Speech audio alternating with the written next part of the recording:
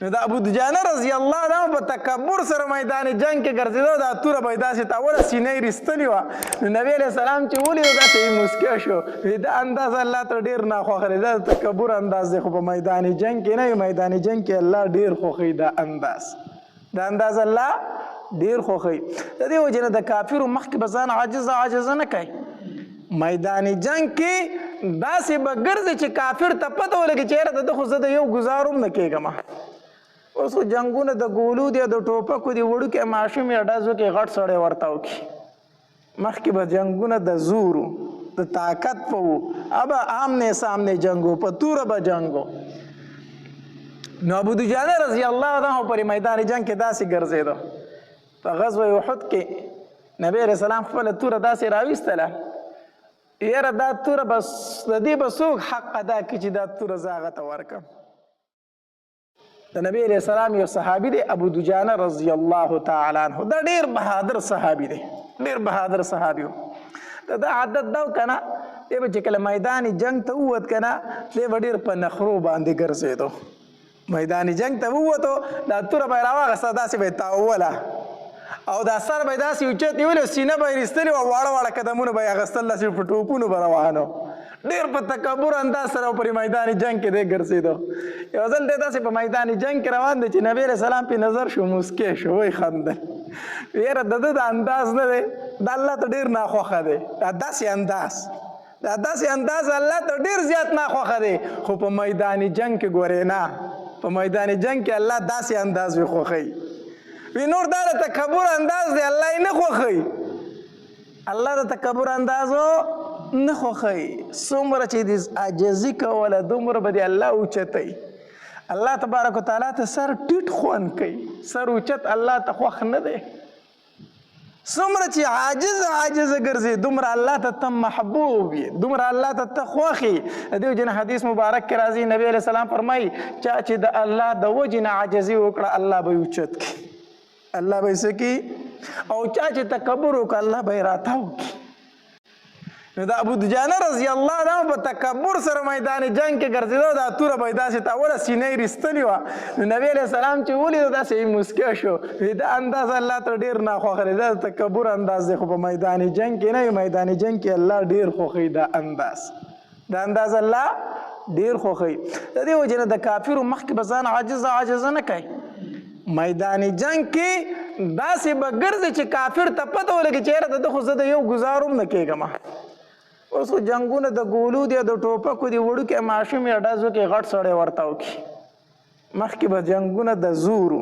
د طاقت په وو ابه آمنے سامنے جنګو په توره به جنګو نو ابو دجانه رضی الله عنه پر میدان جنگ کې داسې ګرځېدو په غزوه احد کې نبی علیه السلام خپله توره داسې راویستله یاره دا توره بس د دې به څوک حق ادا کړي چې دا توره زه هغه ته ورکړم نبی علیه السلام توره وه وایي د دې حق به څوک ادا کړي چې دا توره زه هغه ته ورکړم هر یو صحابي به راته وایي د الله پاکه پیغمبر زه حق ادا کولی شم مال یې راکړه ځکه د نبي علیه السلام توره وه د هر تن مقصد دا و چې دا ما ته راکړی شي نو هر صحابي به راته وایي د الله پاکه پیغمبر دې حق به زه ادا کړم ما ته یې راکړه خو نبي علیه السلام نه ورکوله ابو دجانه رضی الله عنه راغی وایي د الله پاکه پیغمبر د دې تورې حق څه دی وړومبی راته هغه ووایه د دې تورې حق څه دی نبی علیه الصلاة والسلام ورته وفرمایل وایي د دې حق دا دی چې په دې باندې دومره کافر قتل کړی شي چې دا توره پې کږه کړي دا توره پې څه کړي کږه یې پکې دا د دې تورې حق دی وایي د الله پاکه پیغمبر دا حق زه ادا کولی شم ما ته دا توره راکړه دا حق زه ادا کولی شم دا توره ما ته راکړه نو د نبی علیه الصلاة والسلام ورله دا توره ورکړه وی او ابو دجانه د دې تورې حقدار هم ته یې د دې حقدار هم ته یې هغه توره هغه ته ورکړه ده نو بهرحال د ده په میدان جنګ کې ډېر یو عجیبه انداز و نو بیا په غزوه احد کې مشکل راغی په مسلمانانو باندې څه مسلمانو څه ټایم کې پسپایي اختیار کړله نبي علیه السلام سره ډېر مخصوص صحابه کرام پاتې شو په هغې صحابه کرامو کې یو ابو دجانه رضی الله عنه هم د نبي علیه السلام سره پاتې شوی نو چې کله په نبي علیه السلام باندې دا ډېر ګډوډ ګزارونه شروع شو د غشو د تورو که نه د ابو دجانه رضی الله تعالی راغی او نبي علیه السلام ته مخامخ ودرېدو نو کافرو ته یې شا کړه او نبی علیه صلات وسلام ته یې مخ کړو دا غشي به راتله نو ده به ورته خپله شا اړوله راړوله په دې به یې دا غشي خوړل او د نبی علیه السلام نه به یې منع کول په دې شا نو بیا ترې وروسته یو صحابي تپوس وکړو ابو دجانه عاشقان خو ټول عمر غشي په سینو خوري په شاګانو خو عاشقان غشي نه خوري تا خو ټول غشي په شا خوړلي دي ته څنګه عاشق وي د نبی علیه السلام چې غشي دي په شا خوړل هغه ورته بالکل خبره دی ټیک ده چې عاشقان غشي په سینو خوري خو کومه دا سینم دشمن ته مخامخ کولی زما شا د محبوب صلی الله علیه وسلم ته راتله ما چې کله دشمن ته مخ کو سینه کوله غشو ته ما نو زما شاه نبی علیه صلات وسلام ته راتله نو ما دا نشو برداشت کولی چې زما شاه د نبی علیه صلات وسلام ته راشي نو ما نبی علیه صلات وسلام ته مخ کو او خپل شاه مې غشو ته ونیوله زه داسې عاشق یم د نبی علیه صلات وسلام یو دغه عشق و د نبی علیه صلات وسلام سره د صحابه کرامو ښه دا عشق چې نبی علیه صلات وسلام وفرمایل وی ځان او خپل اهل و عیال د حرامو نه بچ کړئ د حرامو نه بچ کړئ خپلې ګېډې ته هم حرامه مه غورځوه خپلو بچو له هم حرامه مه وړه د هغې نه پس ابو دجانه رضی الله تعالی یو عمل شروع کړو چې کله به د سهار مونځ کېدو نو چې نبی علیه السلام به څنګ سلام وګرځو نو ابو دجانه رضی الله تعالی په دعا ته نه ایسارېدو فوراً به د جومات نه په منډه وته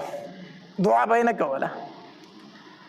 یو ځل نبی علیه صلات وسلام دی ساره چې ورګه دیسي چل کوي نو چې څنګه نبی علیه السلام سلام وګرځو ابو دجانه رضی الله تعالی په منډه د مسجد نه ووت نبی علیه السلام په دویمه ورځ باندې سارو په دویمه ورځ بیا داسې چلو کو د سهار په مانځه کې چې نبی علیه السلام سلام وګرځو دی فوراً په منډه د مسجد نه ووت په درېیمه ورځ بیا نبی علیه السلام سارو چې په درېیمه ورځ نبی علیه السلام بیا سلام د سهار د مانځ وګرځو ابو دجانه منډه کړه چې دی وته د جومات نه نبی علیه السلام یې ودرېږه لکه ابو دجانه ودرېږه ابو دجانه رضی الله تعالی ودرېدو بیا راشه زما خواله بیا راغی د نبی علیه صلات وسلام خواله کېناستو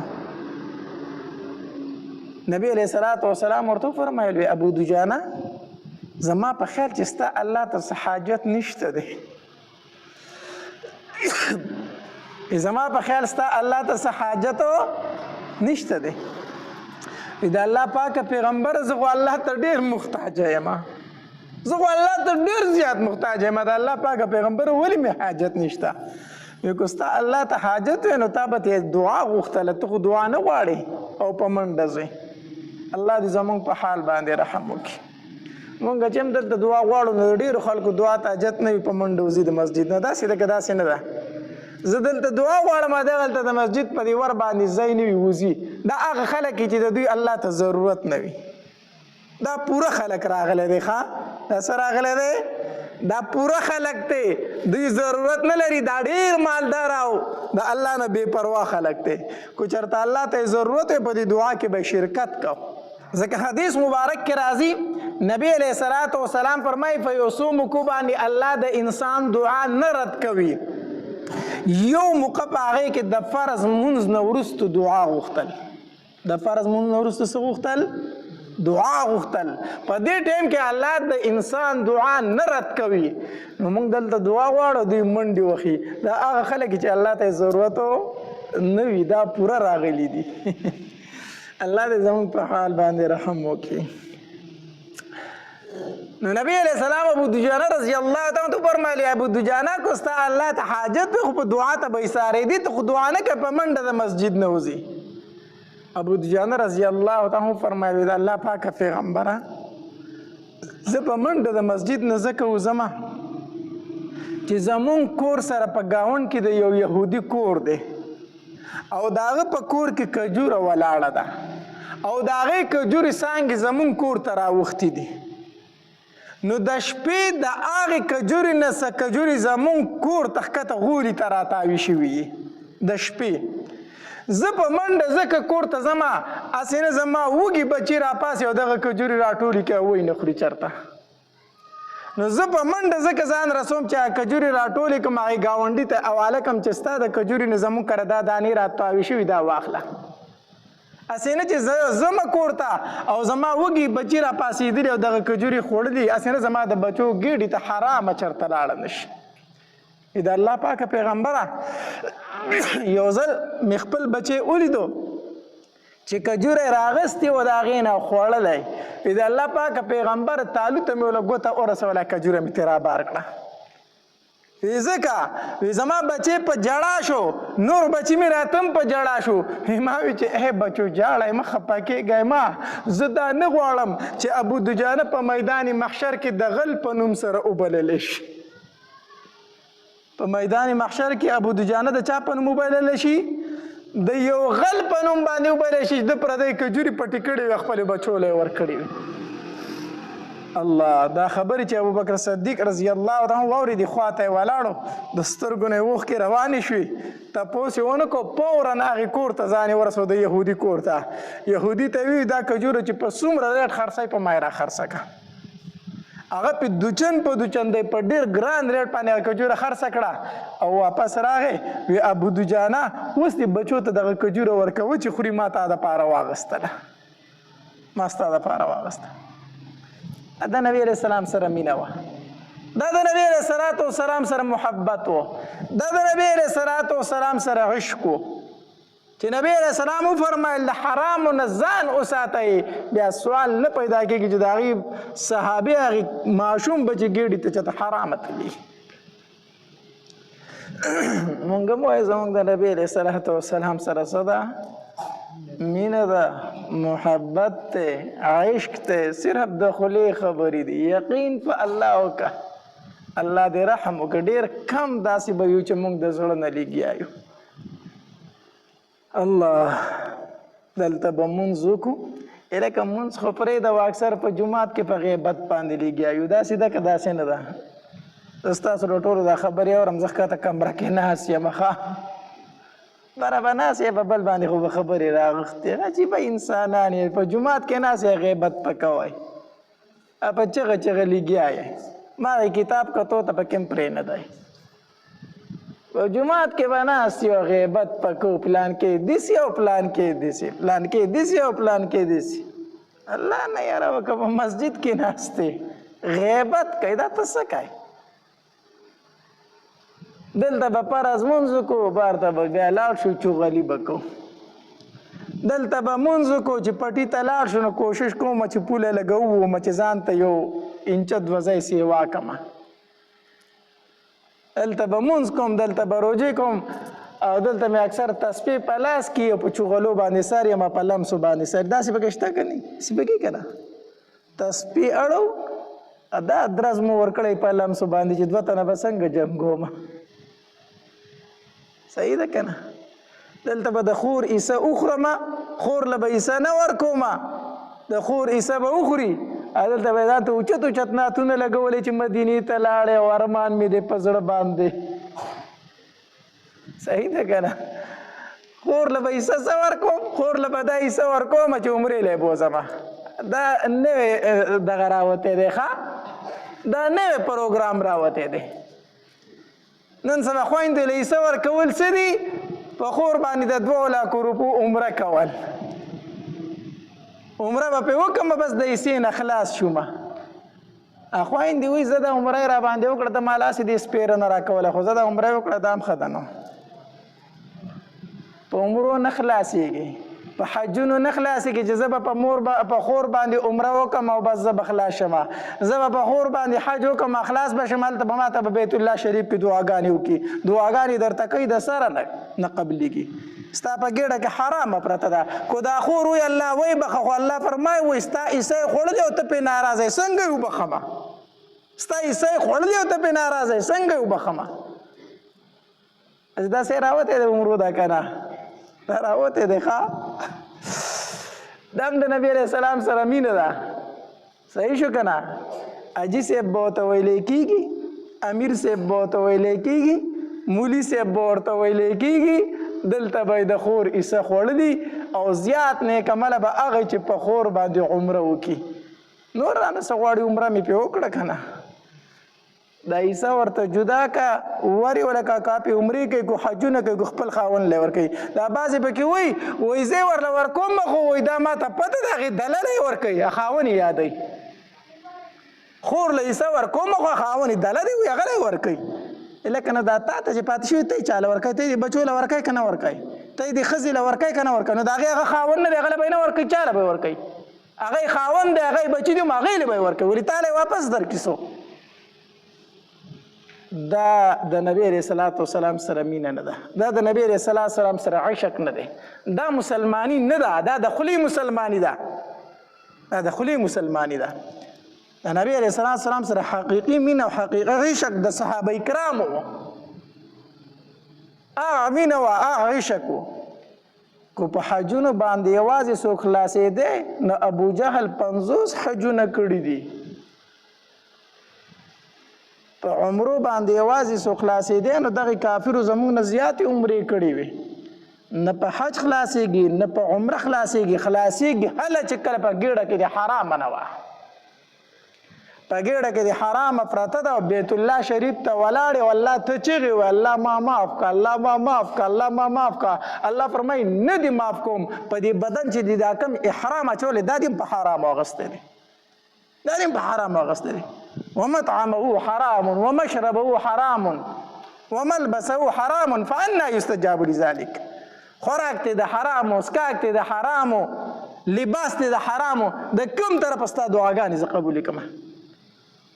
نو که د بیت الله سره ولاړې که نه نو دا ستا د قبولیت نښه نه ده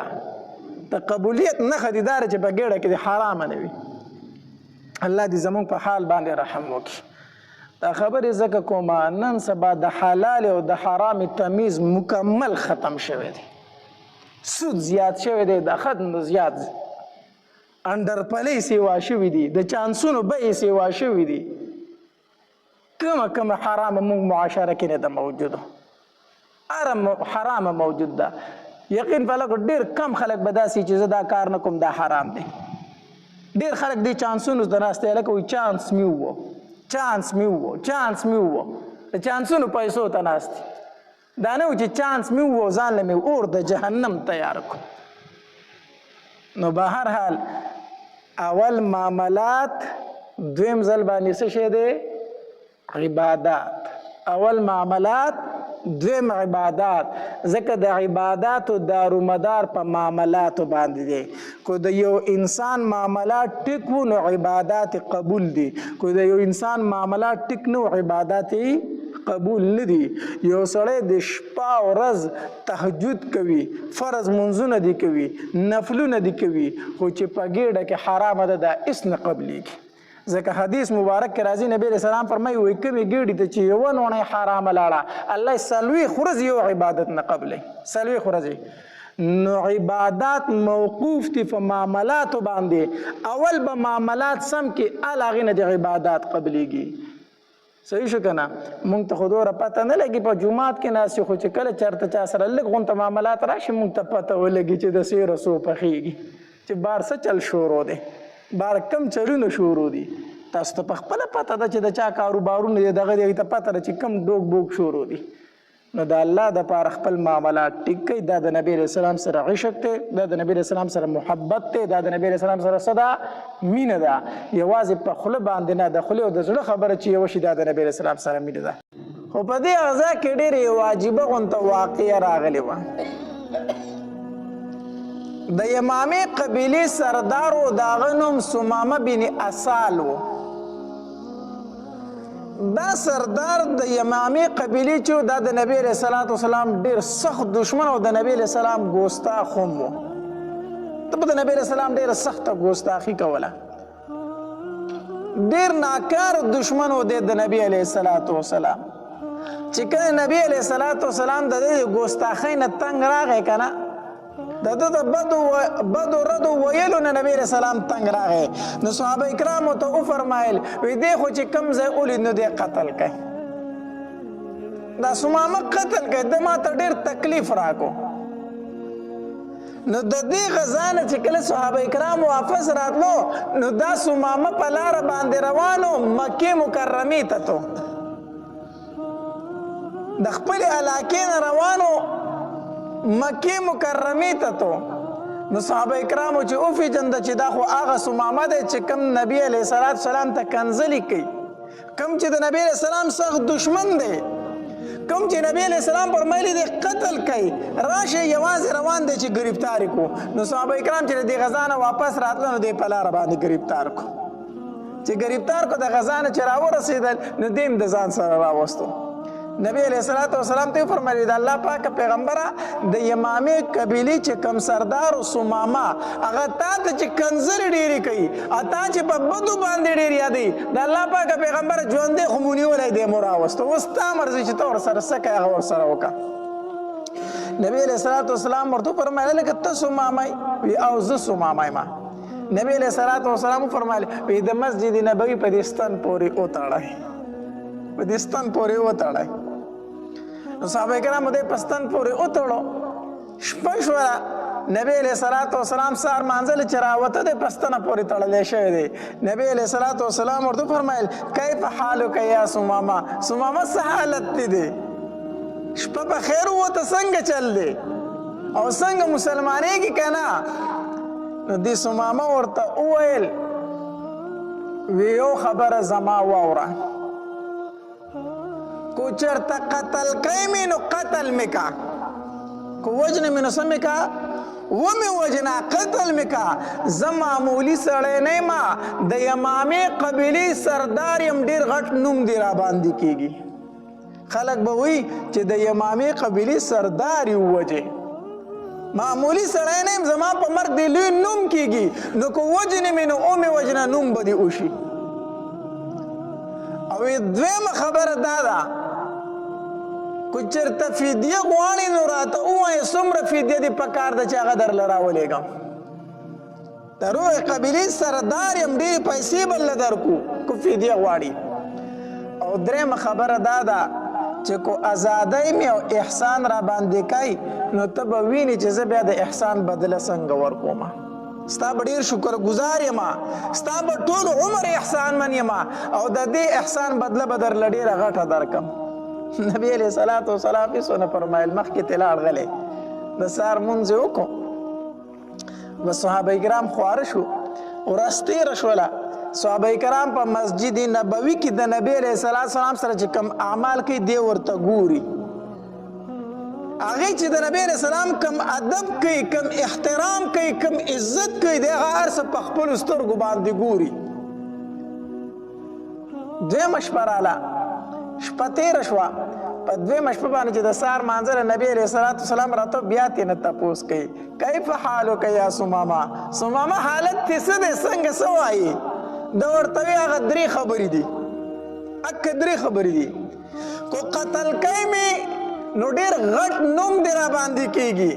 د لوی قبیلې سردار به قتل کې، خلک به دې ډېر په لوی نوم سره یاد کړي. او که فدیه غواړي نو ووایه چې خپل قوم ته سوال جواب وکړم چې څومره پیسې غواړي چې هغه درله راوړي. او که ازادۍ مې نو احسان به راباندې وکړي ته به وګورې زه د احسان بدله بیا څنګه ورکړو. نبی علیه السلام ورته بیا غږ وګو ونه کړو. دا د نبی علیه السلام اخلاق مبارک و. که زه ته وی نو موږ به ورته څومره بدې ردې ویلې وي. ښه یو پلته دې راته کنځل کولو، بدې ردې دې راته ویلې، اوس زما په غریب کې بیا داسې نیغې نیغې خبرې کوي، بیا نیغې نیغې خبرې کوي. نبی علیه السلام ورته هېڅ ونه ویل. لاړ بیا د سحر لمونځ وکړو،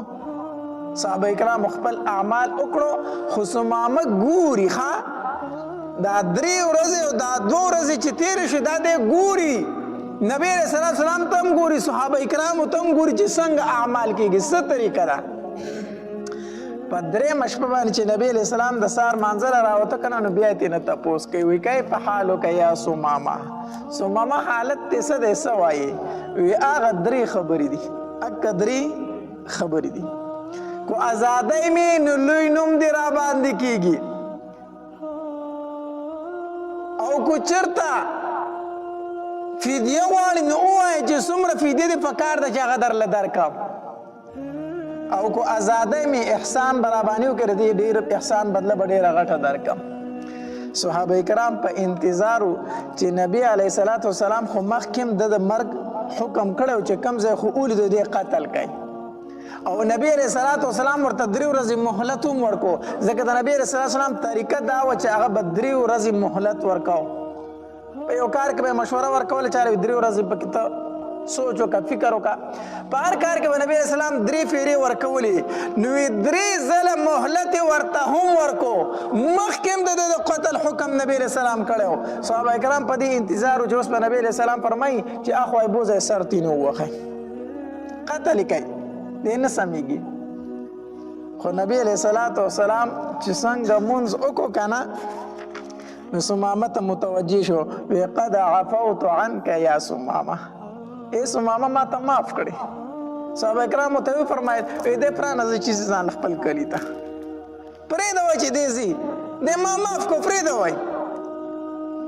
صحابه کرام حیران شو 3 ورځې مهلت هم ورکو نبی علیه الصلاۃ والسلام دته مخکې د قتل حکم کړو او اوس نبی اسلام فرمایي چې پرې دا وای چې سمامه څنګه پرې خو کنه دې روان شو روان دي اخوا یو د مدینه منورې نه بهر یو صحرا واغې تلا چې هغه ته اور رسید غسل وکړو چې غسل وکړو سګوري چې بیا را روان دي بیا مسجد نبوي ته را روان دي نبی علیہ السلام ورته فرمایله چې ته بیا واپس رالی ته مونږ پرې نه خو دې ځکه دا الله پاک پیغمبر دا ځل چې واپس رااله مکنه ما ته کلمه وایه دې راغلم زه دې راغلم چې ما ته کلمه وایا دا لاس مبارک تی راکا د نبی علیہ السلام په لاس کې خپل لاس کې خود او کلمه ویل اشهد ان لا اله الا الله واشهد ان محمدا عبده ورسوله او بیا ورته ویل دا الله پاک پیغمبره ما ته په کلو کې بدترین کله ناخوه کله چې هغه مدینه منوره وستا د وجه نه زما د مدینه بدې شوله ستان د وجه نه زما د مدینه بدې شو دومره مې د دې نه نفرت او ما ته په بدترینو مخونو کې ستا مخ و زما ستا د مخ نه ډېر زیات نفرت و دا الله پاک پیغمبره واوره قسم په الله چې په مخ د ځمکه راته خوښ کلی اوس چې دغه مدینه منوره ده او په مخونو کې راته خوښ مخ چې د الله پاک پیغمبر هغه ستا د مخ مبارک دی ما دا 3 ورځې ولیدل تا زه په ستر پورې تړلی وم خو دا 3 ورځې ما کتل چې تا او ستا د صحابه کرامو اعمال څنګه دي نو خو څه لیدلي نه نو خو د اسلام نه ناخبر وو دا خو ما هر څه په دې جومات کې په خپلو سترګو ولیدل هغه د نبی علیه الصلاۃ والسلام د اخلاقو نه متاثر شو د الله پاک پیغمبر ما درته کنزل کړي دي ما په بد نوم یاد کړی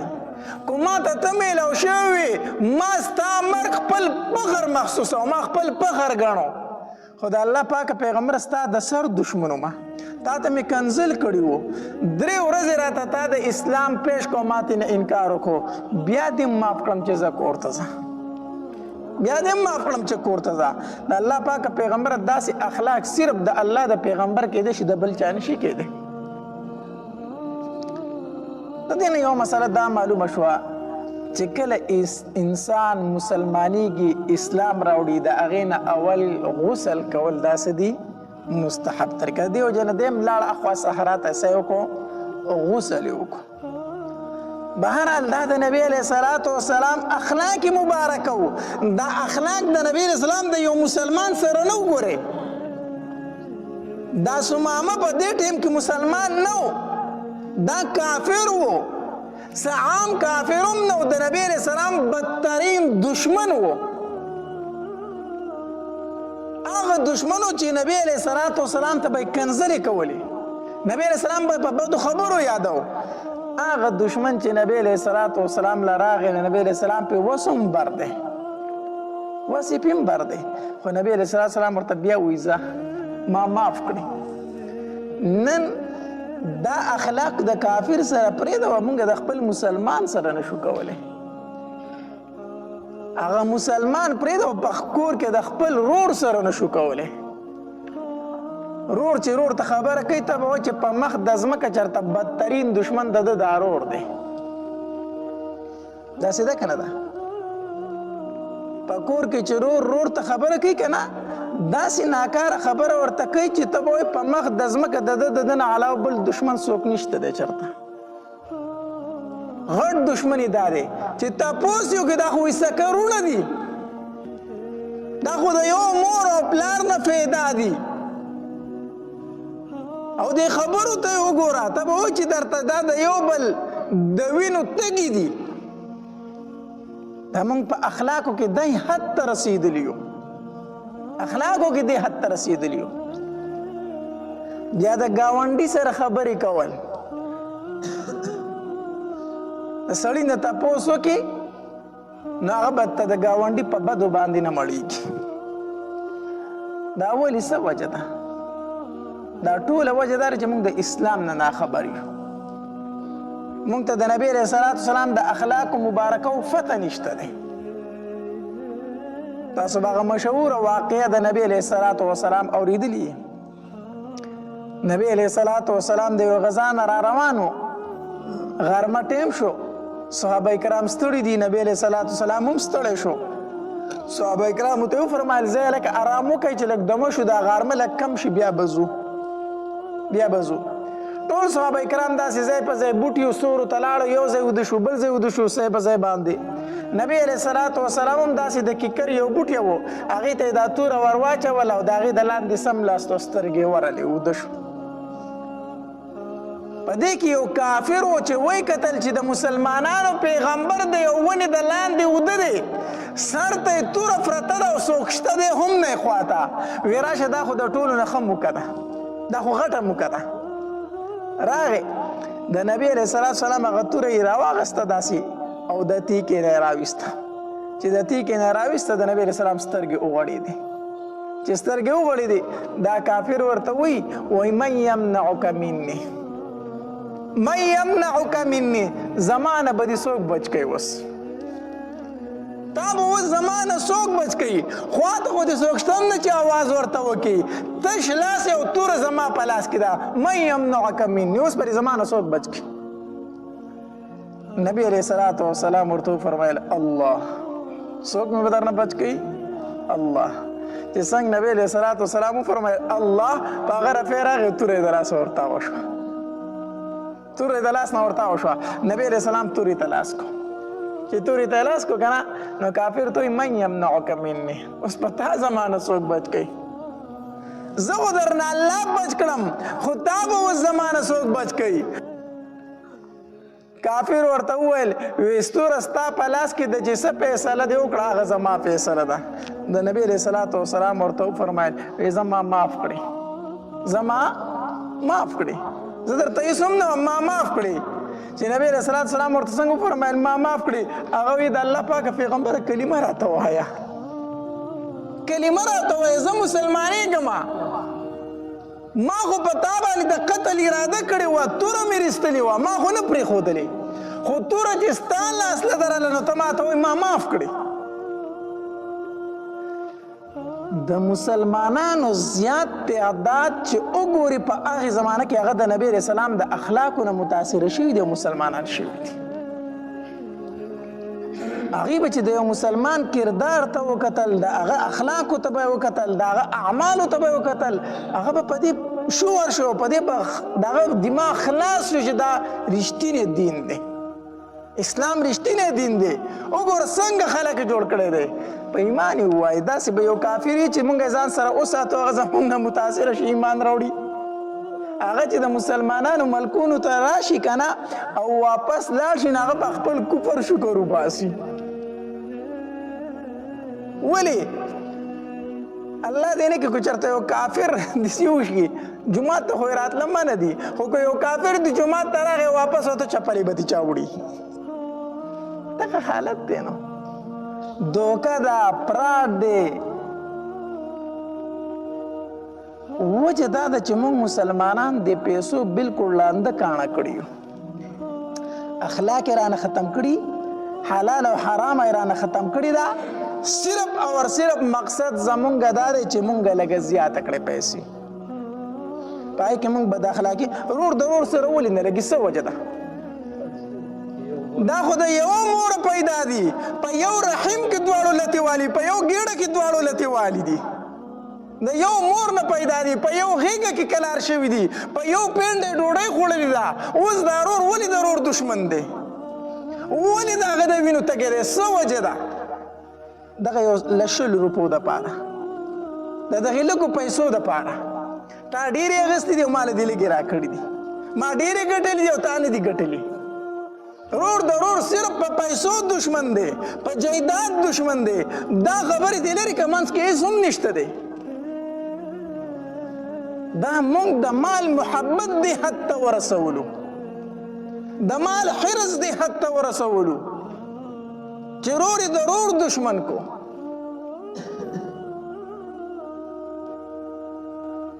رونو دنیا ځان سره وړلی نشي حدیث مبارک کې راځي وایي کله چې یو انسان مړ شي د ده سره د قبره پورې 3 څیزونه ځي د قبره پورې د ده سره 3 څیزونه ځي 2 څیزونه ترې واپس کېږي او یو څیز د ده سره ځي 3 څیزونه د سره د قبره پورې کم ځي یو د ده سره د ده عمل ځي دویم د ده سره د ده مال ځي دریم د ده سره د ده رشته دار ځي جنازه یې اخیستي خپل خپلوان پسې شاته روان دي د قبره پورې ورسره ځي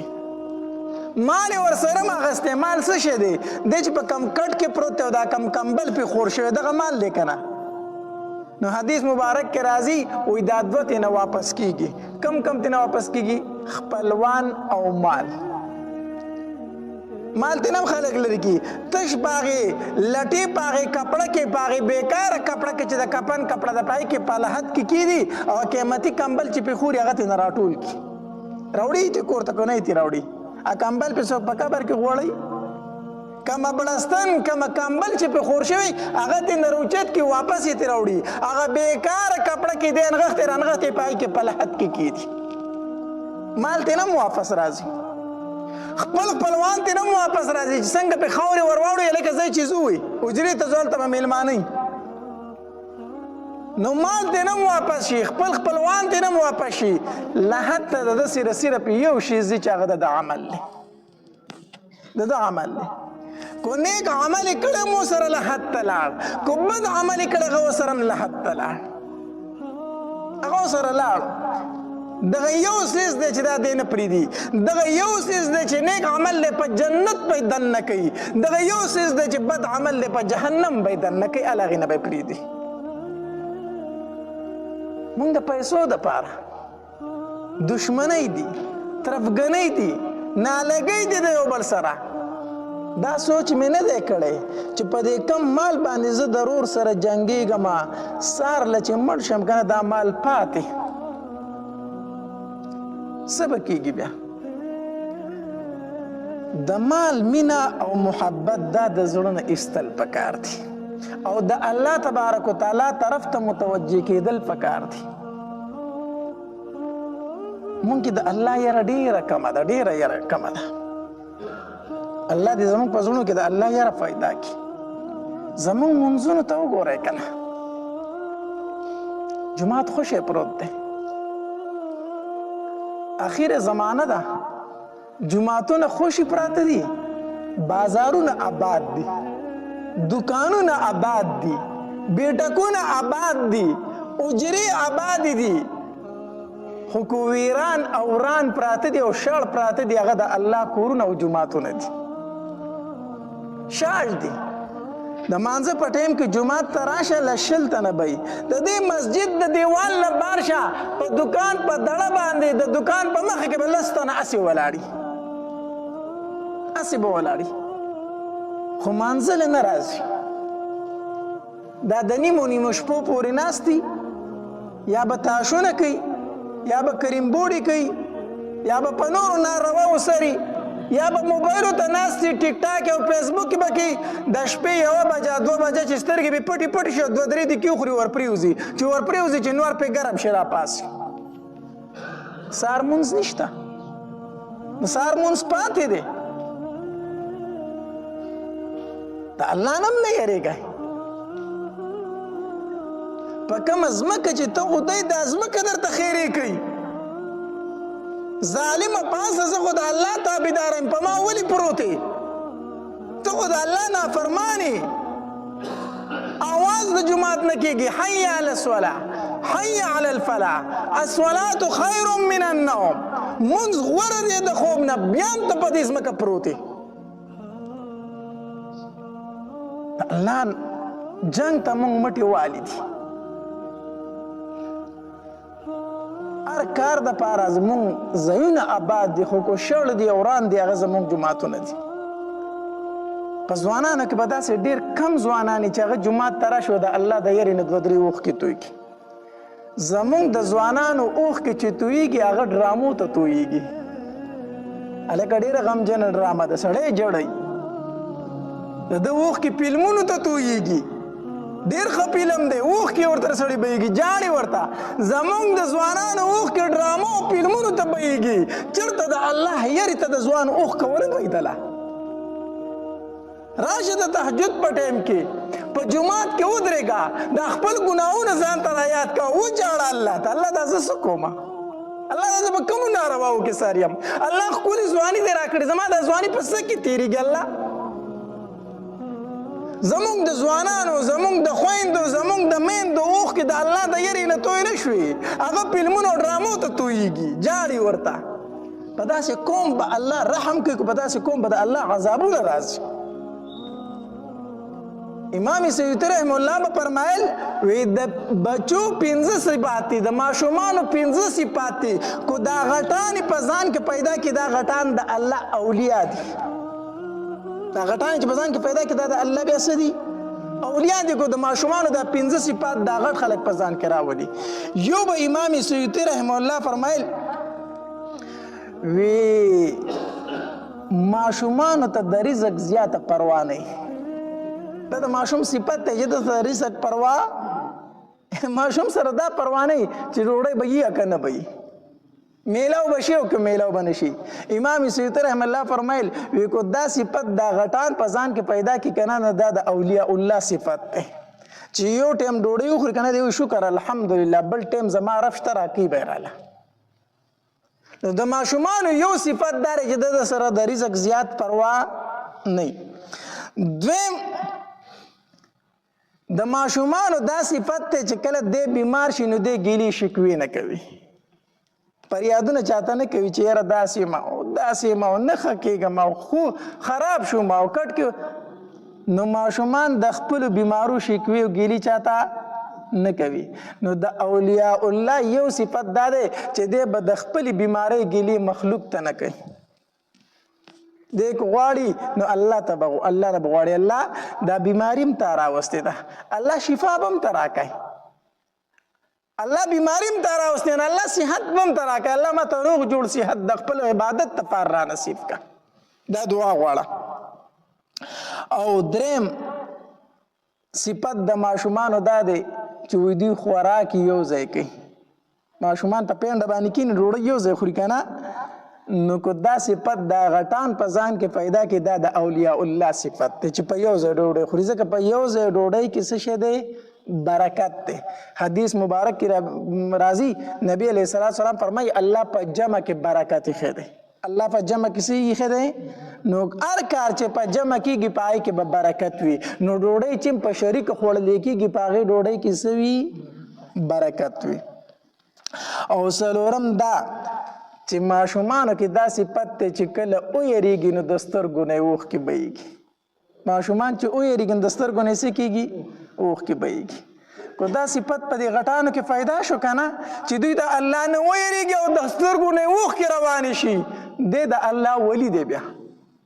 د الله ولی دی ته وایي چې دی به خپل ګناهونه یادوي ده ته چې کله جهنم یادېږي که د سترګو نه به اوښکې ځي د ماشوم صفت دا دی چې دی کله یریږي دی جاړي د اوښکو نه اوښکې بهیږي د سترګو نه د سترګو نه اوښکې بهیږي دا غټ خلک هم چې کله د الله نه ویرېده او د دوی د سترګو نه اوښکې روانې شي دا د الله بیا څه دی ولی دی دا او پنځم صفت دا دی په ماشومانو کې چې دوی جګړه وکړي نو روغه ډېر زر کوي دلته جګړه وکړي او دلته کې صحیح بیا یو وي دا د ماشومانو صفت دی. نو کو دا صفت په غټانو کې پیدا شو چې تو مې پکې راځي جګړې به راځي خو ګورې لکه زړه کې به یو بل ته سپریدونه ډایرکټ په صلح کوو. نو دا د نیکانو خلکو صفت دی. نو په هغې کې یو خبره دا وه چې د ماشومانو سره د رزق پروا ډېره نه وي. دویم چې ویرېږي نو جاړي. نو خبره مې دا کوله چې د رزق وعده الله کړي په دې مال پسې ډېر مه لګئ او د الله په در کې جاړئ الله ته. الله تبارک وتعالی د عمل کولو توفیق راکړي.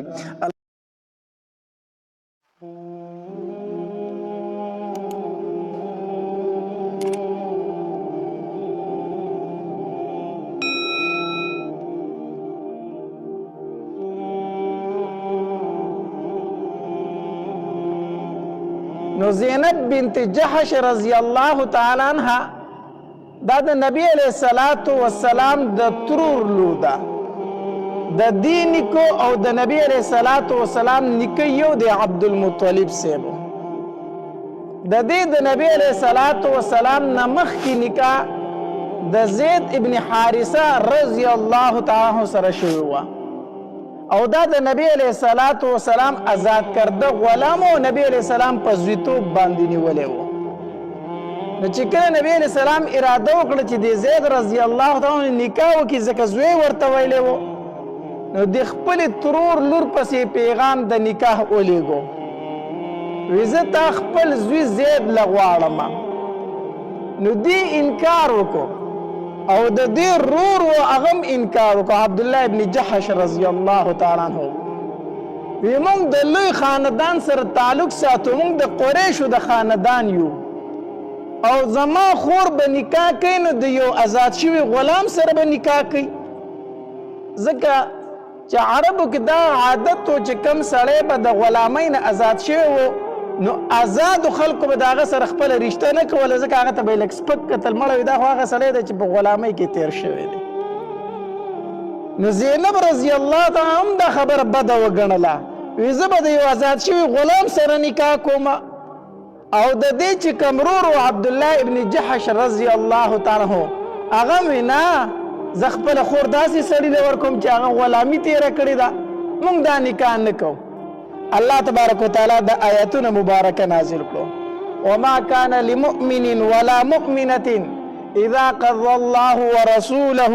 ورسوله امرا ان يكون لهم الخيرة من امرهم ومن يعص الله ورسوله فقد ضل ضلالا مبينا. یو سړي له هم دا جایز نه دي او یوې ښځې له هم دا جایز نه دي چې کله الله د الله رسول یو فیصله وکړي چې بیا د دوی اختیار د هغې نه وروسته پاتې شي. دوی له بیا اختیار نشته چې کله فیصله الله وکړه او د الله رسول وکړه او چا چې د الله او د الله رسول نافرمانی وکړه د ډېر په ګمراهۍ ښکاره سره ګمراه شو. د ګمراه شو دا انسان. چې کله د آیتونه مبارکه زینب بنت جحش رضی الله تعالی واوریدل او عبدالله ابن جحش رضی الله تعالی خور ورور دا آیتونه واوریدل چې پوه شو چې دا آیتونه خو زمونږ متعلق الله نازل کړو چې وما كان لمؤمن ندی جایز یو مؤمن سړي لره نو د مؤمن سړي نه عبدالله ابن جحش رضی الله تعالی مراد دی ولا مؤمنة او نه مؤمن ښځې جایز دی چې د الله او د الله د رسول خلاف وکړي. د مؤمنة نه مراد زینب بنت جحش رضی الله تعالی عنها چې دا خو الله مونږ ته وفرمایلو چې الله او د الله رسول یې فیصله کړي نو تاسو له اختیار نشته دی. چې څنګه دا آیتونه واورېدل که نه بس وي مونږ د نکاح ته تیار یو مونږ ته دغه رشته منظور ده. او صحابه کرامو که نه آمنا وسلمنا بس چې ایمان مونږ راوړو بیا چې الله او د الله رسول څه وفرمایل بس په هغې باندې لبیک و. دا نه وه چې زه به داسې کوم او داسې کوم. د عمر رضی الله تعالی متعلق راځي وایي کو هغه به ډېر زیات غوسه او ډېر زیات غوسه او په یو خبره باندې به ډېر زیات کلک ولاړو خو چې د دې خبرې نه به خبر شو چې عمر ته خو دا وایي خو د الله کلام دا وایي عمر ته خو دا وایي خو حدیث مبارک کې داسې راځي و عمر رضی الله تعالی بالکل بیا خاموشه ولاړو. د قرآن او د حدیث متعلق د هغې نه مخکې تلل بیا عمر خبره نه ده کړې. دا د هغه شان و چې هر څومره به په یو خبره کلک ولاړو، هر څومره به غوسه و، خو چې دا به ورته وپوهېده شو چې د الله حکم دا دی عمره، د الله د پیغمبر حکم دا دی عمره، ته دا وایې او الله رسول دا وایي، بس عمر به بیا خپله خبره پرېښې وه، بیا به خاموش او بس. دا د صحابه کرامو عادت ښه. نن زمانه کې هم داسې دي که نه، ته به یو سړي پسې لاړ شي، یاره روغه وکړه، قرآن دا وایي، حدیث دا وایي، یاره مولي صاحب ټیک شو شریعت په دا وایي، خو پښتونولي هم ده که نه، پښتو هم ده که نه، ښه ووایه وایي او قرآن خو دا وایي، شریعت خو دا وایي، خو پښتو څه وایي؟ هغه پښتو د سره پښتو نه ده چې د قرآن او د حدیث مخالف وي، پښتو هغه پښتو ده چې د قرآن او د حدیث موافق وي. موافق صحابه کرامو به چې دا واورېدل چې الله او د الله رسول دا ویلي، بس مخکې بله خبره بیا د هغې نه وه، بس چې الله او د الله رسول دا ویلي بس مونږ تیار یو. نن چې مونږ څومره په ګمراهۍ کې اخته یو، صرف د دې خبرې د وجې نه اخته یو چې مونږ وایو ټیک د مولي صاحب شریعت به دا وایي، خو لکه زما خبره دا ده که نه، زه به دا خپله خبره کوم که نه. نو زینب رضی الله تعالی او چې د هغې رور دا خبره واورېده که نه، دا خبره واورېده چې د الله او د الله د رسول دا حکم دی چې د زید رضی الله تعالی سره د دا نکاح وکړي، بس هغې مونږ تیار یو، مونږ ته دا نکاح منظور ده.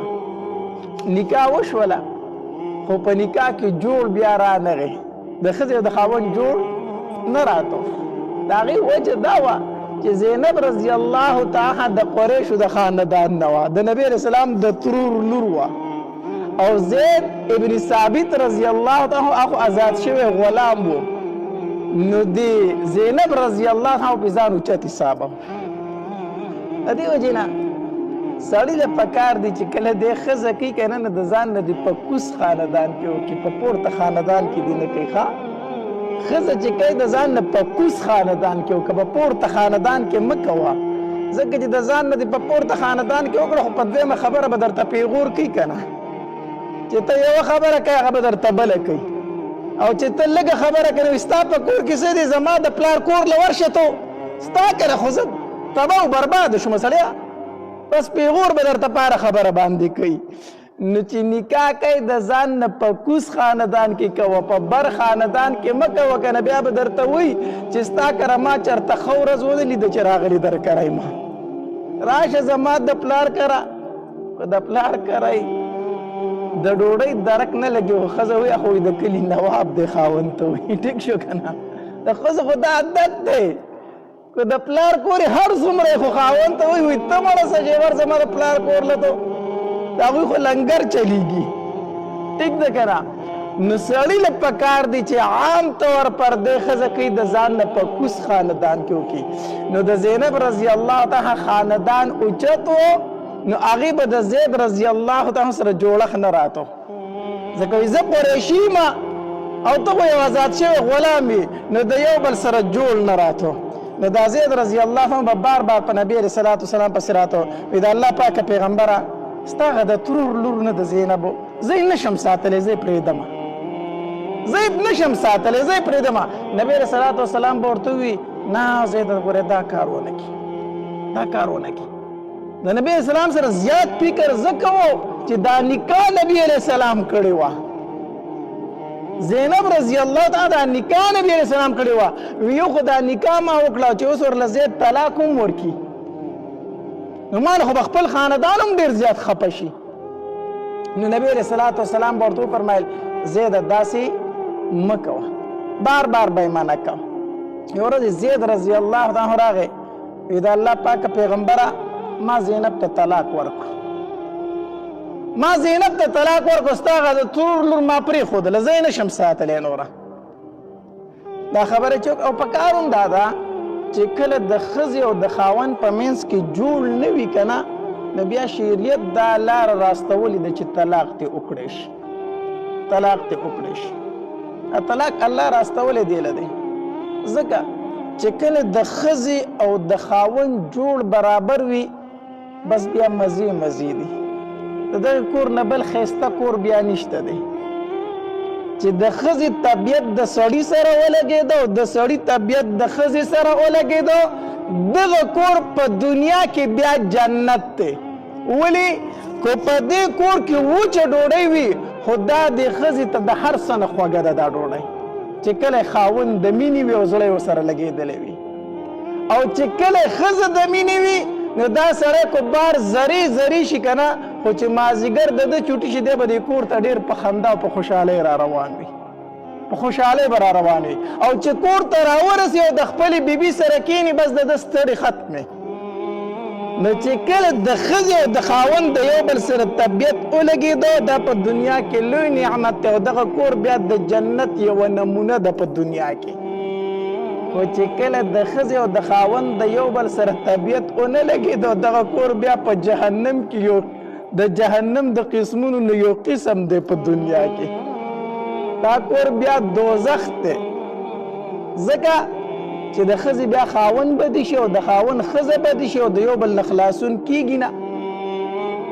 نو بیا دغه کور ډېر د سختو کور دی او ډېر د مصیبتونو کور دی. نو بیا د شریعت مسله دا ده چې د ښځې او د خاوند د یو بل سره جوړ نه راتو کو د ښځې ورسره زړه نه لګېد ګناه ښځې ته وه نو دا د خاوند نه خلع والي. چې کله خلع اخلي دا ښځه به د خاوند ته خپل مهر پرېږدي. کور یې پسې لیکلی دی جایداد یې پسې لیکلی دی مهر دی دا هر شی به دا خاوند ته پرېږدي. وایي دا هر څه درته پاتې خو بس ستا سره مې زړه نه غواړي نو ماله طلاق راکړه. دې ته په شریعت کې بیا خلع ویلی شي. او که ګناه د خاوند و نو بیا پکار ده چې د ښځې ته دا خاوند طلاق ورکړي او مهر ولم ورکړي ځکه مهر د هغې کېږي که نه ګناه خو د ښځې خو نه دی مهر به ولم ورکړي.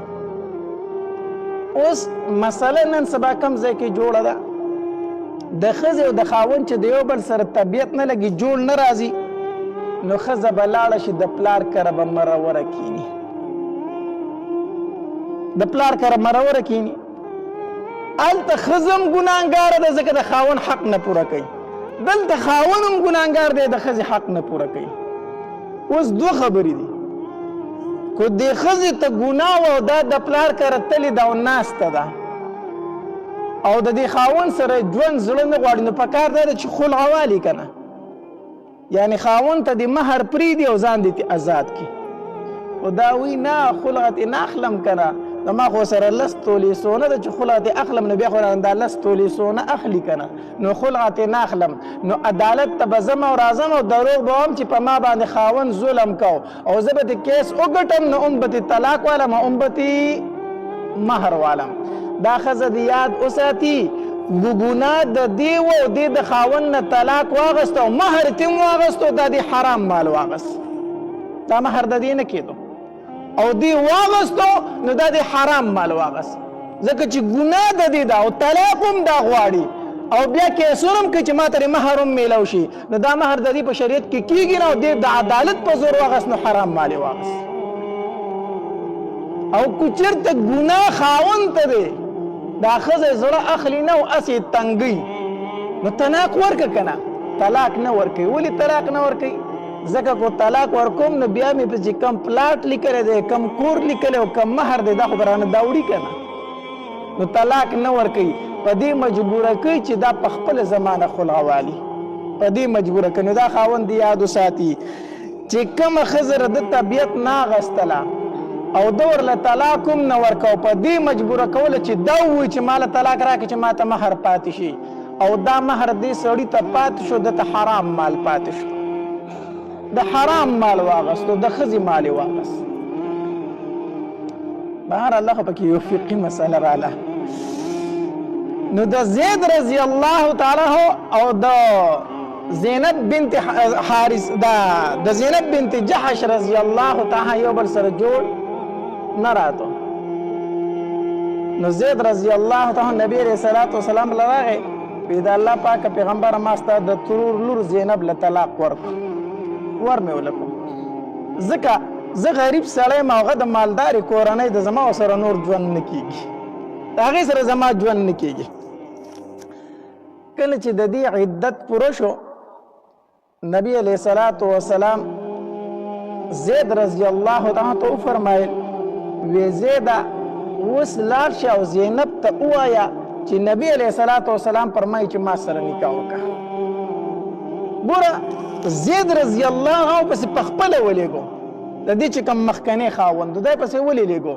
ځکه چې په خلکو کې دا خبره مشهوره نه شي چې دا پې نبي علیه السلام دا ښځه پرېښې ده. نعوذ بالله. ورشه زیده ته پسې پخپله لاړ شه. زید رضی الله عنه چې لاړ که نه، ګوره تقوا ته ګوره، د صحابه کرامو تقوا ته ګوره. اگر چې د پردې حکم لا نه دی راغلی، اگر چې د ده مخکنی ښځه هم و دا زینب رضی الله تعالی، خو چې کله دی لاړ که نه او زینب رضی الله تعالی ته ور وکړسو، نو د ور نه دی خوا راغی، ورته یې شا کړه او دی خوا یې مخ کړو، ورته یې شا کړې ده او دی خوا یې مخ کړی دی. نو د دنې نه ورته آواز وشو، وی څوک یې؟ وی زید یمه زیدو. وی څله راغلی؟ وی نبی علیه الصلاة وسلام په تا پسې پیغام د نکاح رالیږلی دی، ته رضا یې او که رضا نه یې. نبی علیه السلام فرمایي چې د زینب زړه مات شو، نو د هغې علاج دا دی چې زه ورسره نکاح وکړم. زینب رضی الله تعالی د دنې نه وفرمایل وی د الله پاک پیغمبر ته وایه زما د ترور زوی ته وایه چې زه پکې استخاره کوم، بیا به جواب درکم. زه پکې استخاره کوم نو بیا به څه درکم؟ جواب درکم. استخاره ګوره دوره نیکعمله زنانه وه چې زه د خلکو سره مشورې نه کوم، زه مشوره د خپل رب سره کوم، د خپل الله سره مشوره کوم. او دا پکار هم دی چې کله انسان رشته کوي یا بل څه کوي یا بل څه کوي چې د استخاره وکړي. استخارې طریقه دا ده، د استخاره ته د ورځې هم کولی شي، هغه د پاره شپه ضروري نه ده، ایمرجنسي کار دی و چېرې زه دا کار کوم خو چې په دې کې ماله خیر یو که خیر نه وي، اوس اچانک یې کوي، نو شپې ته انتظار مه کوه چې زه به د شپې کوم بیا به پسې ویده کېږم بیا به خوب وینم. بس د ورځې هم استخاره کولی شي. استخاره څه ده؟ راشه 2 رکعته مونځ وکړه، کو په کور کې کوي کو په مسجد کې کوي. څنګه چې 2 رکعته عام نفل کېږي دقه شانتې 2 رکعته نفل وکړه. او بیا د استخارې یوه دعا ده په دې نماز په دې کتابونو کې لیکلی شوي، په هغې کې دعا کې یو لفظ راځي هذا الامر، ان هذا الامر، دا لفظ پکې راځي چې دغې هذا الامر له ورشي نو ته چې کم کار د پاره د استخاره کوي هغه کار به په زړه کې راولي، هغه کار به په زړه کې راولي. دغه دعا ووایه، د دې نه وروستو دغه کار کو پړه کې دې راله چې زه کوم په دغې کې تاله خیر دی، او که په زړه کې دې راله چې نه کوم دغې کې تاله څه دی؟ خیر دی. بس دغه د الله فیصله ده ستا دپاره. نو د ورځې هم استخاره کولی شي ښه، او د شپې استخاره کولی شي. د شپې ماسخوتن مازن وروستو 2 رکعته نفل وکړه. کو د عربۍ دا دعا نه درځي نو په پښتو کې ووایه، وایه الله دا کار کومه او مال پکې مشوره راکړه چې وی کم او کو وی نه کم، زما دپاره پکې خیر شته او که نشته. دا دعا پښتو غوښتی شي که نه، الله مال په دې کې مشوره راکړه چې کو مال پکې خیر وي نو زما په زړه کې واچوه چې زه یې وکړمه، او که زما دپاره پکې خیر نه وي نو زما په زړه کې دا واچوه چې زه یې ونه کړم. الله په پښتو کې دا دعا وغواړه. او بیا د شپې د راوختې پورې مه کښېنه، اوده شه ښه. نو که خوب دې ولیدو خو سار به یو عالم ته بیان کړي، 3 شپې داسې وکړه. او که خوب دې ونه لیدو بس د هغې نه وروستو چې دې کومه فیصله وکړه دغه فیصله د الله د طرف نه وه. خوب لیده پکې څه ضروري نه دي ښه. نو بهرحال استخاره کول پکار دي د کارونو کې. نو زینب رضی الله عنها فرمایل د الله پاک پیغمبر ته ووایه چې زه پکې استخاره کوم. بهرحال ته کله چې دې استخاره کوله، الله تبارک وتعالی په اسمان کې فرشتو ته وفرمایل وی ای فرشتو راځئ چې د زینب نکاح وکړو د نبي علیه الصلاة وسلام سره، راځئ چې د زینب نکاح وکړو په اسمان کې د نبي علیه الصلاة وسلام سره. نو د زینب رضی الله تعالی عنها نکاح الله تبارک وتعالی په خپل وکړه د نبي علیه الصلاة وسلام سره په اسمان کې. په اسمان کې خو الله تبارک وتعالی نکاح وکړه، په ځمکه باندې هم هغه کومه طریقه چې وه هغه وشوه. د زینب رضی الله تعالی ورور و هغه نکاح وکړه د نبی علیه الصلاۃ والسلام سره. دیو جنا زینب رضی الله تعالی به کله کله فرمایل وی د الله پاک پیغمبره زه په دریو خبرو باندې ډیر نازېږم، زه ناز کوم په دریو خبرو باندې. نبی علیه الصلاۃ والسلام ورته فرمایل وی زینب کمی خبرې دي چې ته په دومره ناز کوي؟ وی یو خو ناز په دې کوم کنه چې د تمامو بیبیانو نکاح ستا سره د خلکو کړي ده، کم اولیاء چې دي خپلو اولیاءو د هغې نکاح ستا سره کړي ده. او زما نکاح زما اولیاء نه ده کړي بلکې زما نکاح زما الله ستا سره کړي ده. یو خو په دې نازېږم چې زما نکاح په اسمان کې الله ستا سره کړي ده، او دویم په دې نازېږم چې زما او ستا نیکه یو دی عبدالمطلب صاحب، زما ستا نیکه یو دی عبدالمطلب صاحب. او دریم په دې باندې نازېږم چې زما په نکاح کې جبرئیل علیه السلام ډېر کوشش کړی دی، جبرئیل علیه السلام په ډېر کوشش کړی دی. وی په دې دریو خبرو باندې زه ډېر ناز کوم. بهرحال دلته د نبی علیه الصلاۃ والسلام نکاح وشو د زینب رضی الله تعالی سره. کله چې نکاح وشوله او منافقینو خبره مشهوره کړه، وی نبی علیه السلام د خپل د زوی د ښځې سره نکاح وکړه، د انګور سره نکاح وکړه. ځکه جاهلیت کې دا خبره مشهوره وه چې چاته به د زوی وي نو هغه به داسې زوی حسابېده لکه څنګه چې د سړي خپل زوی وي، نو بیا به د هغه ښځه په ده باندې حرامه حسابېدله. نو زید رضی الله عنه خو د نبي اسلام خپل زوی خو نه و که نه، صرف زوی ورته ویلی و. نو منافقینو خبره مشهوره کړه، نبی علیه السلام د خپل انګور سره نکاح وکړه. الله تبارک وتعالی آیتونه مبارکه نازل کړو چې ما کان محمد ابا احد من رجالکم ولکن رسول الله وخاتم النبیین. نبی علیه الصلاۃ والسلام په سړو کې د هیچا پلار نه دی، دا پلارو یعنی زید رضی الله عنه ته د زوی نه دی چې دا انګور ده. نو په زینب رضی الله تعالی سره الله د دغه رسم خاتمه وکړه. کو دا آیتونه نوې نازل شوي، نو اوس پم داسې وکنه چې چا به یو سړي ته وي چې ته مې زوی، نو بیا به هغه داسې زوی ثابتو لکه څنګه چې خپل زوی وي. نو الله په دغه رسم ختم کو چې ګوره دا خپل زوی په شانتي نه دی، د ده ښځه د دې سړي انګورو نه ده. نن سبا ته یو سړي ته وي چې هلکه ته مې زوی یې، نو بیا د هغه ښځه ستا انګور کېږي؟ نه. بعضې خلک داسې کوي که نه، وایي دا د نکاح رور دی، دا څه شی دی؟ نو د نکاح د رور مزې بیا ازاد زی د ناوې سره په کمره کې ناست دي. دا پکې د کوم طرف راغلی دی؟ د نکاح رور نشته دی. ښه پردي خلک نه رونه کېږي، وایي دا مې د نکاح رور دی، نو بس بیا به دی په کمرې ته ازاد ورځي. دا پکې نشته دی. او دا مې خور ده، نو خو ټول مسلمانان د یو بل خویندې رونه وي، بیا خو پکې پردې تاړو ضرورت نشته دی. نه چې چاته په خوله باندې خور وي رور وي، دا په حقیقت کې خور او رور کېږي نه. نو منافقینو خبره مشهوره کړه، وی نبی علیه السلام د خپل انګور سره نکاح وکړه. الله تبارک وتعالی د آیتونو مبارکه څه کړلو؟ نازل کړو. بیا نبی علیه الصلاۃ والسلام د زینب رضی الله تعالی خواله ورغې او ولیمه یې وکړله. ولیمه نبی اسلام د یوې بیبي ولیمه داسې نه ده کړې څنګه چې د زینب رضی الله تعالی ولیمه وکړله. یو چیرې و هغه حلال کو، صحابه کرامو ته ویل وی راشئ ډوډۍ وخورئ. صحابه کرام لاړو او ډوډۍ وخوړله. چې کله صحابه کرامو ډوډۍ وخوړله نو ټول صحابه کرام بار ته ووتل. 3 تنه داسې وو چې هغې د نبي اسلام په دې کور کې کېناسته، خبرې شروع کړې. په دغه ټایم کې لا د پردې حکم نه و راغلی، ښه پردې حکم نه و راغلی، نو هغې کېناستل په خپل منځ کې خبرې شروع کړې، د یو بل سره ګپ شپ لګاو. نبی علیه الصلاۃ والسلام لږ ووتو بار ته، چېرې کېدی شي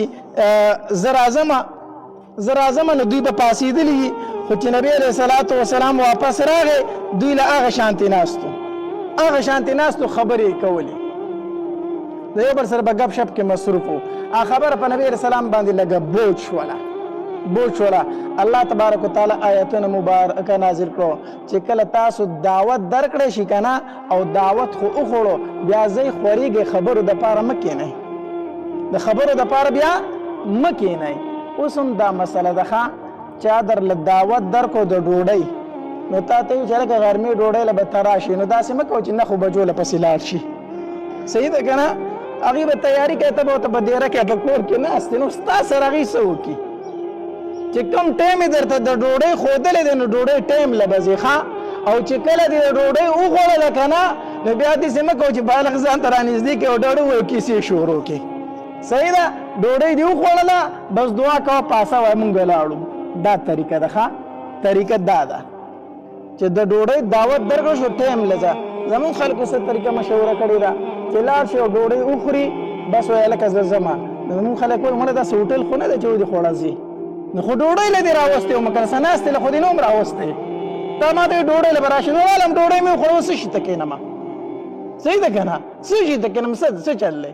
ډوډۍ دې وخوړه بس زه ځه الله دوی به هم فارغ شي ته به هم په خپلو کارونو پسې ځي دا د شریعت طریقه ده ښه خو دا خو مونږ وزګار خېږو که نه په مخ د ځمکه زمونږ کار بل نشته دی نو چې ډوډۍ دعوت راکړې نو په لسو بجو پسې به لاړ شو او چې ډوډۍ وخورو بیا بالښتونه رېږدي کړو نو مازدیګره پورې غرمې ډوډۍ له به تلې مازدیګر نو کار دې نشته نو ناست په ته نه چې کار دی نو بیا به ته نه وې ناستو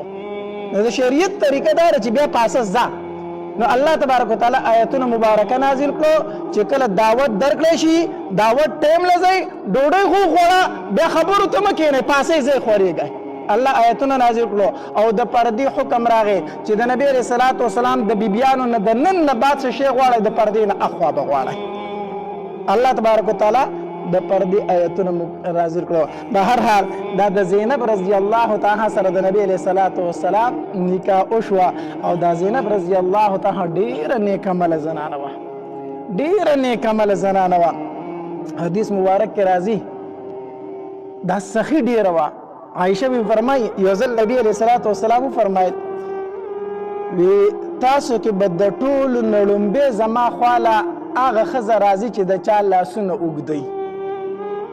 نبی رسول الله دامن ته په ژوند باندې فرمایلیو چې په ټول نړمبه کې به زما سره اخرت ته هغه تنه تاسو کې مال راځي چې د چا لاسونه اوږدي وی چې کله نبی علیہ السلام وفات شو کنه نو موږ چې بیبیانی بکینه سن د یو بل سره په لاسونه میچ کول چې د کمی بیبی لاس اوږد دا بړمبه مړ کیږي ایمون به دی بل سره لاسونه میچ کول په نبی علیه صلات وسلام پسې د ټول نړمبې چې وفات شو هغه زینب رضی الله تعالی وی مونږ بیا وروسته پوه شو چې د نبی علیه السلام مقصد څه و مونږ کوم مقصد اخیستی و د نبی علیه السلام مطلب دا و چې د کومه بیبي پکې سخي ډېری لاس اوږده مانه چې سخا پکې ډېره وي او مونږ ظاهري لاسونه د یو بل سره ناف کول وی په مونږ ټولو کې سخي چې ونه هغه زینب رضی الله تعالی یو ورځ ولا عمر رضی الله عنه 2000 اشرفی راولېږلي وی زینب ته وایه چې دا ستا خرچه ده د کور خرچه ده وی دا زما ده وی او وی دا خو ډېره زیاته ده کپړه یې پې وغوړوله داسې خپله یو خادمه یوه نوکره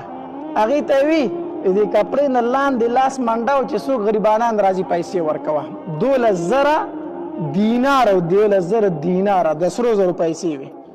چې څوک راځي بس لاس منډه ورکوه ورله پیسې کپړه پې وغوړوه نوکره ناسته وه چې څوک غریب به راته سوالګر به راته لاس پې منډه پیسې به ورکولې لاس پې منډه پیسې ورکولې چې د نوکرې پای کپړه لاس و نو سر لاندې دې ډېرې لږې غونته پیسې ښکاري دي نوکره ورته وی زینب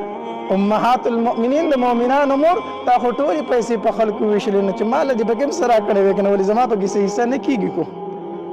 چې ماله خو دې پکې هم څه راکړی وی که نه زما په لاس دې ټولې تقسیم کړې ماله دې پکې څه شی رانه کو وی ښه ته خو رانه هېره وي دې کپړې د لاندې چې څومره پیسې دي هغه ته واله ځه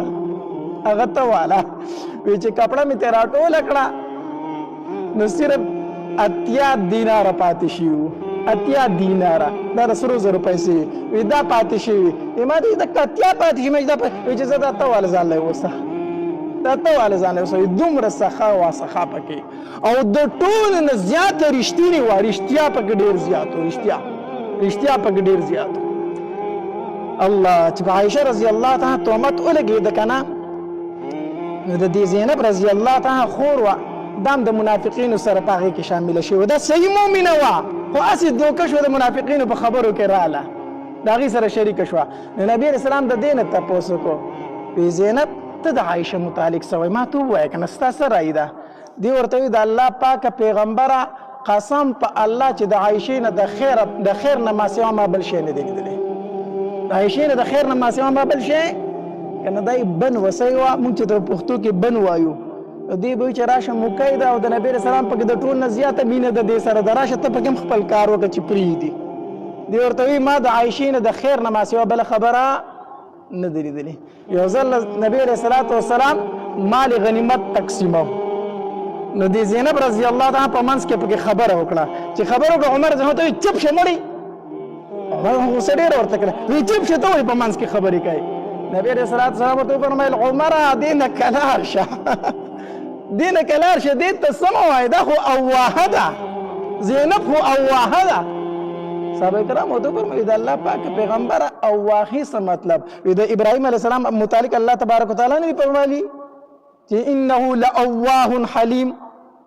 اواهي مطلب دا دی چې دا ډېره نرم دله ده، دې زړه ډېر نری دی، نو دې ته غوسه کېږه مه، دا په زړه باندې نرمه ده ډېره زیاته، دې ته څه مه وایه. داسې ښایسته بیانات اورېدلو دپاره زموږ یوټیوب چینل واجد اسلامیک سټوډیو سبسکرایب کړئ. په دې به تاسو ته انشاءالله العزیز ښایسته واقعګانې او بیانات میلاویږي، او د غنټې د نشان سره کلک کړئ چې تاسو ته آینده نوې ویډیوګانې مخې ته راځي، او د خپلو ملګرو سره لازم د ثواب په نیت باندې شریک کړئ. والسلام، ډېره مننه.